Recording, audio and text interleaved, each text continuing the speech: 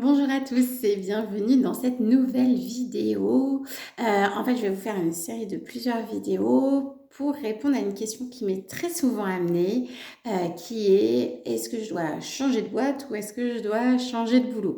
Alors évidemment, il n'y a pas de réponse simple à cette question.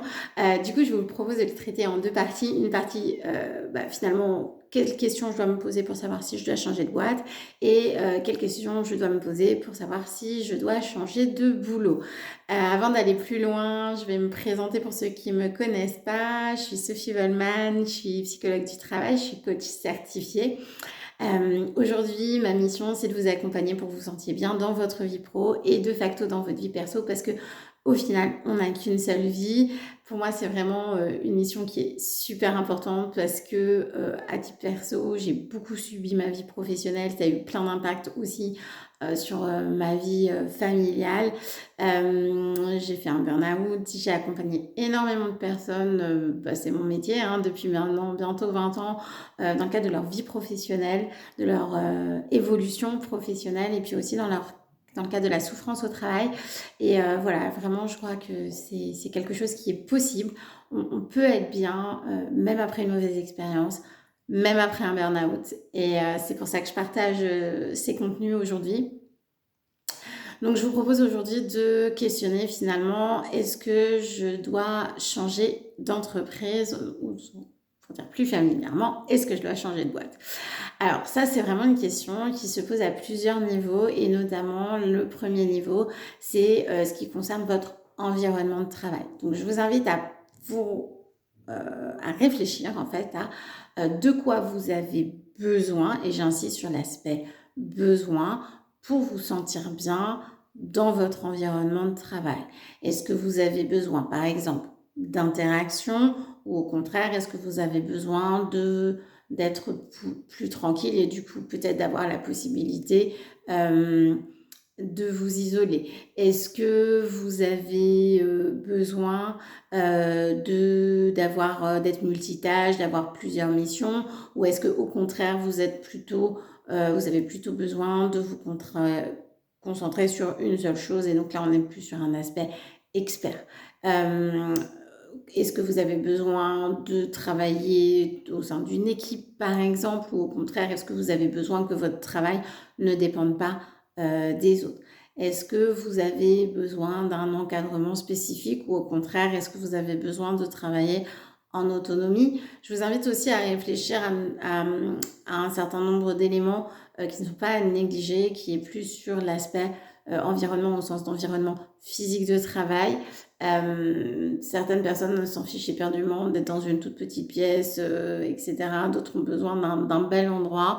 Donc ça, c'est un point aussi qui est à réfléchir. Donc là, c'est par rapport à votre entreprise. Est-ce qu'aujourd'hui, cette entreprise peut répondre à ces besoins que vous avez, vous, aujourd'hui? Je vous invite aussi à réfléchir à un niveau euh, projectif, c'est-à-dire voilà, on a tous besoin aussi de pouvoir se projeter dans le temps. Et donc, si vous aimeriez changer peut-être régulièrement finalement de périmètre de responsabilité, monter en responsabilité ou monter en charge, c'est important aussi d'identifier si l'entreprise dans laquelle vous êtes vous permet justement de répondre à ces besoins. Donc voilà, pour moi, savoir si on doit changer de boîte, ça ne se situe pas du tout au niveau des tâches que vous faites, mais plus sur la manière dont vous faites ces tâches. D'accord? Donc, si au fur et à mesure que vous répondez à tout ça, vous dites ah oui, mais en même temps, j'aime pas faire ci, j'aime pas faire ça, c'est peut-être pas tant le problème de l'entreprise. Donc ça, c'est par rapport à, dans la perspective de, ok, je fais la même chose, mais je vais ailleurs, dans un environnement qui me convient mieux. L'autre point, c'est que pour ce qui est de son métier, on peut aussi l'exercer de différentes manières.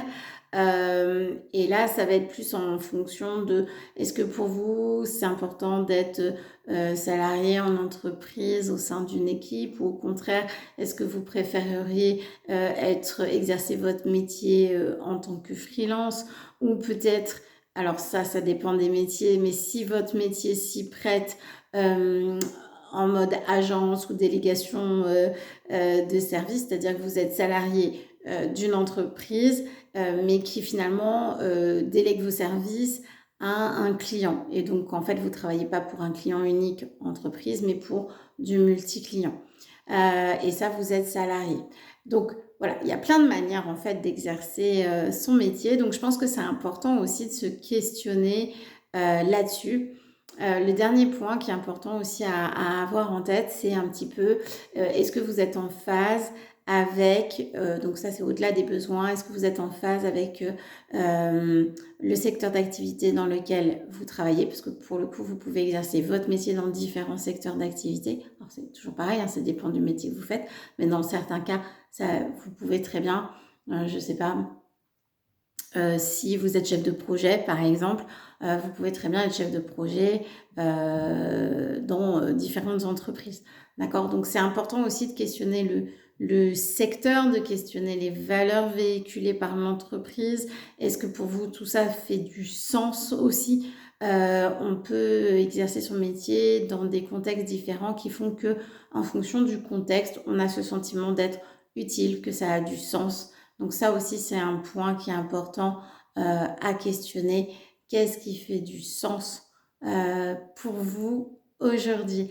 Voilà, j'espère que cette vidéo vous a été utile. On a évoqué pas mal de points. Si certains points vous semblent un petit peu obscurs ou vous aimeriez avoir plus d'informations, n'hésitez surtout pas à me le faire savoir en commentaire. Vous pouvez aussi me contacter sur mon mail ou par texto. Je serai toujours ravie de répondre à vos questions.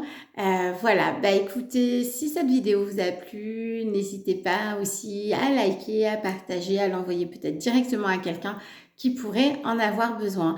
Et puis, on se retrouve pour une prochaine vidéo. Cette fois, je vous donnerai les clés à travailler pour savoir si vous avez besoin de changer pour le coup de métier. Je vous souhaite une très belle journée et à très vite. Bye bye.